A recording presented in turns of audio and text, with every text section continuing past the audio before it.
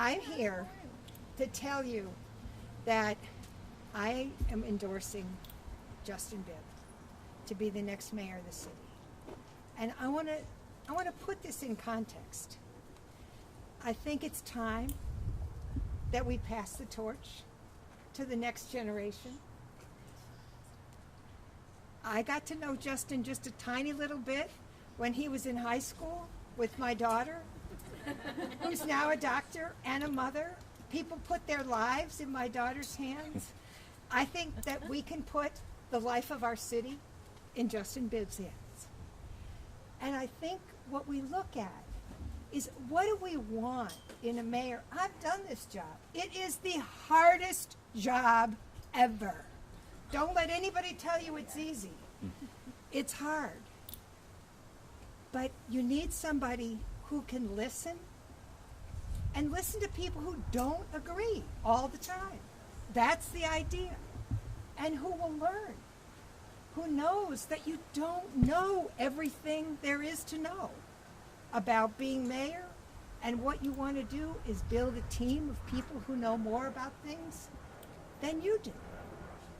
But ultimately, we want someone who can lead and who can build a vision of hope. And I believe that Justin Bibb is going to be able to do that. And I thank you all for being here, for being ready to listen to this distinguished young man. So take it away. Thank you, Jane.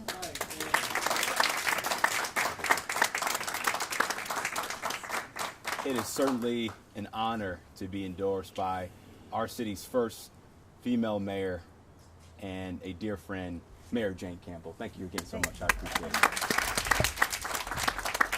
it. You know, I remember being a freshman in high school when Mayor Campbell was elected.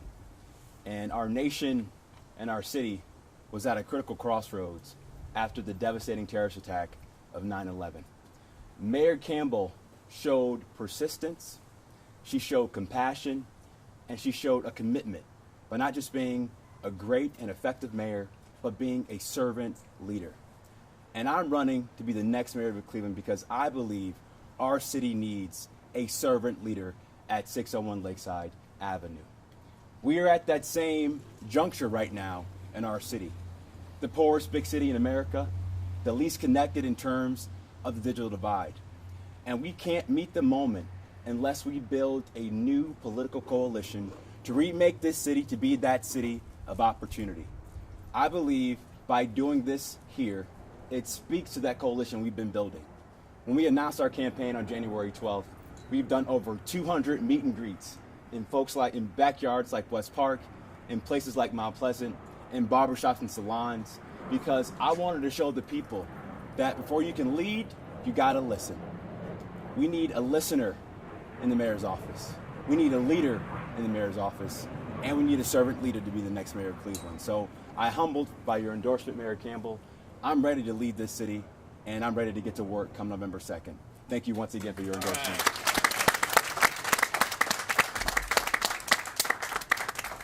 Happy to take a couple of questions. Sure, Mayor Campbell, Nick Castell from Idea Stream Public Hi, Media. Nick Castell. I've talked to you. Now I get to see you. Good to meet you in person. Could you tell me a little bit about what was your process, your decision to step into Cleveland politics again to make an endorsement? How did you come to this decision? Well, first and foremost, Cleveland is always home. I mean, I'm working in Washington, but whenever people ask me where I'm from Cleveland. And it is home. It will always be home. And so I watched this mayor's race very closely. And Justin called me early on and he said, are you interested? Will you endorse me? And I said, I want to see how this goes. And the reason I did is because I think when you see someone put a campaign together, you have an insight in how they're going to put together an administration. Because putting together a campaign is basically a startup. Where you've got to find the right people, have them in the right places, get people from different walks of life, enable them to work together, and do that inspiring leadership. So I watched, and I saw Justin do an extraordinary job. And so when he called me after the primary and he said, okay, you told me you weren't going to support me, until after the primary. I won the primary, just in case you didn't think I'd remembered your number. Will you call me? And I said, you know what? I saw, and I'm impressed, and I'm ready to support you, and I'm ready to help you as you move forward.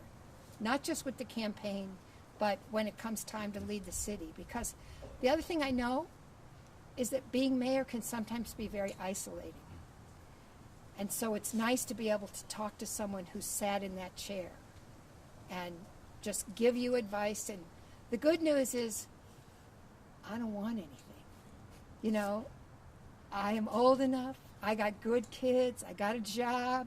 I don't need a job. I don't need a contract. I don't need my friends to have jobs or contracts. I just want the city to do well. And I think Justin Bibb can make that happen. All right, Larry Garner, Nerve DJs. Mayor Jane Campbell, what is the best advice you gave Justin Bibb during this campaign? I think the best advice I gave him is to reach out to people who you don't know, listen to what they say, and be open to being confident to being your own person. Because everyone will try to claim you belong to somebody else. Justin Bibb doesn't belong to anybody but Cleveland, Ohio. Except for his mom. That's right, Mama Bibb. I must admit, I misspoke. Mama Bibb.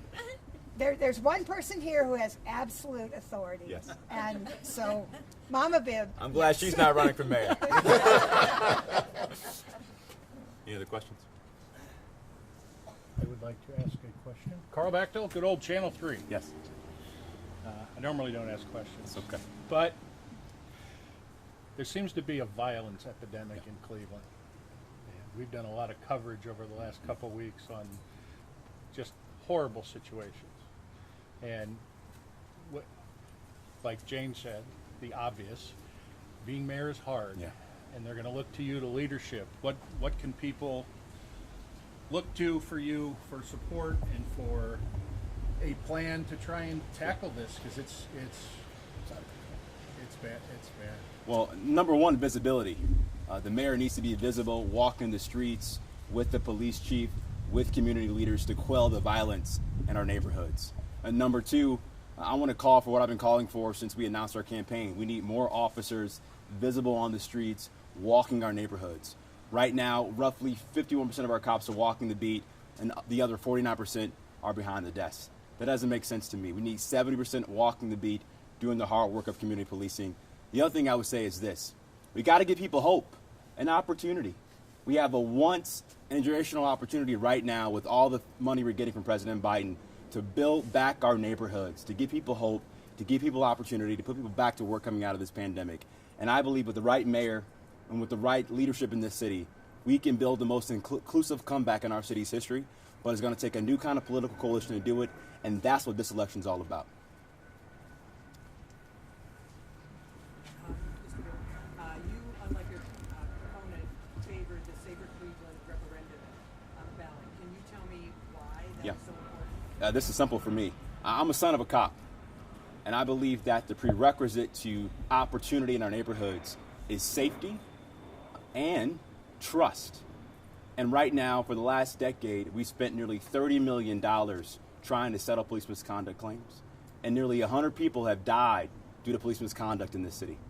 Now, was this ballot initiative perfect? Absolutely not. But in this case, in this moment right now, after the brutal murder of George Floyd, we cannot let the perfect be the enemy of the good. And I believe that rebuilding that trust is the surest thing we can do to have a better police department that respects the constitutional rights of our residents, and that's going to be my mandate as the next mayor of Cleveland. Thank you guys for your time. I appreciate it. Thank you.